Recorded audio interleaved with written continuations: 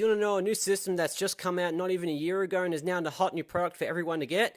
Yeah, it's called the Nintendo Switch, and the system, if you've been living under a rock, has sold really well actually. System, I don't know.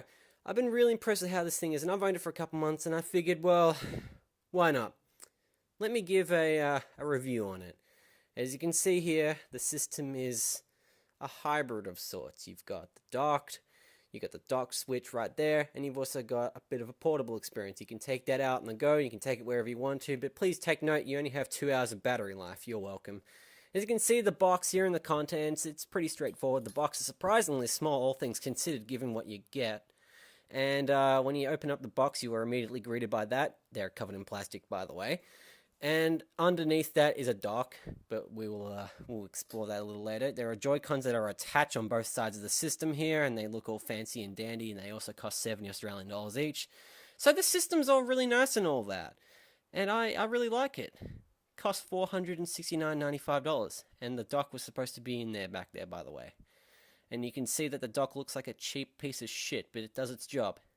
It also curiously has 2 USB ports on the side for no real reason. Considering there's one in the back, I don't know why they did that. And there's the USB-C cable, by the way. Rather curiously, the game carts of the Switch are the exact same size as the Vita. Like, seriously, they even fit in the same game cases. And the the Xbox One cases are the same size vertically as well, as you can kind of see. But anyway, how's the UI compared by comparison? Well, the cat's not included, but, you know, it does its thing. You know, there's the new section, which is... I don't know, really. It does its thing, I guess. There's not really much to say about it. The eShop is good, although with the recent flood of recent releases, it's kind of been overwhelmed. I mean, current offers is a good section that they added. The charts is a good way to tell one of the best-selling games in individual regions. Coming soon is a good indicator of what's coming soon, even though it's not frequently updated as often as I'd like, and redeem code is redeem code. And then there's also the screenshots and videos thing, which also, in a recent update, you could record video. However, it's only supported to a select amount of games, and you can only record 100 videos on the system memory. There is also the controller section here, which allows you to, map your controllers and change grip orders, search controllers, and pair for new controllers. All fine and dandy stuff that works just perfectly. There's nothing I can really say. It just does what it says on the box.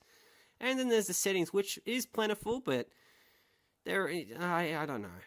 Again, I'm not quite sure what to say here. The cat's not included again, but, you know, what's there is there, and I don't really see anything else missing. And if you're curious, this is what the video capture looks like. It does its job pretty well, and it's pretty bare bones, but, you know. Anyway. Now the games. Now, Super Mario Odyssey is Game of the Year, and you know it. But Zelda is also a very good title for the system. These two are highly recommended for me. But there's also Pyro Tetris, Disgaea 5, Splatoon 2, everyone's favorite Dead game, Mario Rabbids Kingdom Battle. I don't know how this game's as good as it is. Basically, what is considered the greatest hits collection of Nintendo's library. So, with that out of the way, how did the indie games stack up? There's plenty of indie games. One such example right here in front of your eyes is Stardew Valley. This actually just got a patch a couple of hours ago, and this was filmed a couple of nights before that. So unfortunately, there is no... this game does support video capture now, but I don't have footage of that. So, whoops. Sonic Mania, which is a very, very solid platformer. And there's also Death Square, which is an Australian game which you should not overlook.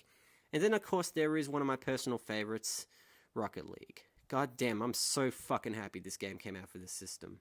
Seriously, this game is great, and it's perfect on the Switch as well, even if the portable res is a little low, which goes into the next point. How do docked games run? Docked games, well, there's some marginal improvements.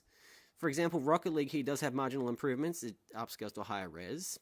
So does Super Mario. Super Mario Odyssey runs at 720i in handheld, but 810p docked. However, there's also minor improvements in games like ARMS, where the only real difference is 900p versus 720p, and in Mario Rabbids Kingdom Battle, where the only real difference is, again, is a 900p bump versus 600p in portable. So all's fine and dandy there, but your mileage may vary, because a lot of the games do change, depending, like Doom and all that. So, how do I feel about the Switch? You know what? For a system that's not even been out for a year, this goddamn system has done really, really well. I have found so many games that I really like on this thing. But it had to start from somewhere, didn't it? And poor old Wii U got neglected, and it basically was the sacrifice on the table to make the Switch. The Switch is one of those systems that you got to appreciate for both the handheld and docked aspects, otherwise you won't get the full experience. It just, I don't know. Otherwise you won't get the full enjoyment out of it. Anyway, guys, thank you so much for watching. Take care, everyone, and see you later.